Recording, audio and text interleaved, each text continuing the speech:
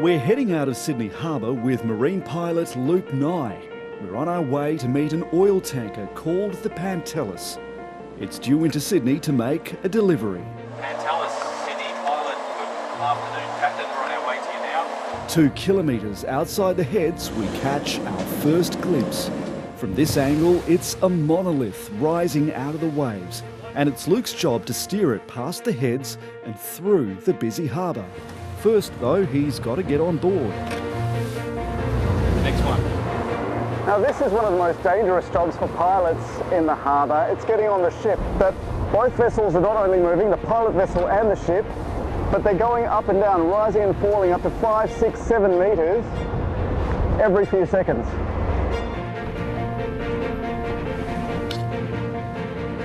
Once safely on board, we head straight to the bridge where Luke is already in command.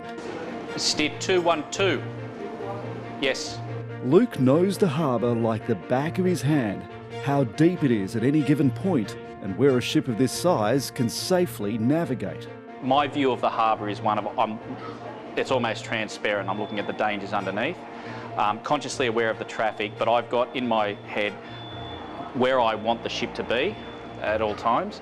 When we think about the working harbour, this is what it looks like. Super-sized commercial vessels using a dozen or so berths and anchorages around the harbour as gateways to the city, carrying things like sand, sugar, salt, cement, oil, plus the odd cruise passenger or two.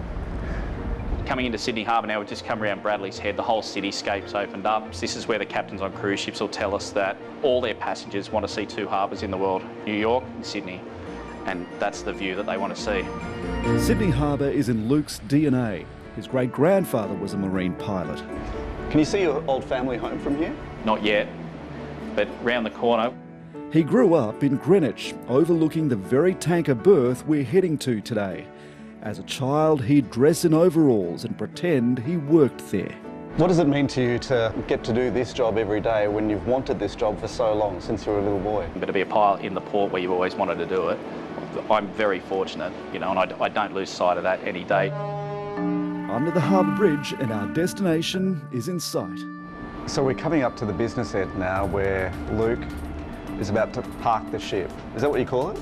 I would say berthing, but we'll go with the landlubber term if that suits you. Midship. Metre by metre, Luke eases the tanker into position. Dead slow astern. There's no room for error. With such a volume of the products for this whole city coming through here, any damage to this, we're in all sorts. 50? 40 ahead, thanks. Finally, the ship is exactly where he needs it to be. Position. In position, Captain, hold it there. One very large tanker safely delivered. Another happy landing. So one job done. Next. Next, cruise ship, something completely different. All in a day's work for Sydney's marine pilots.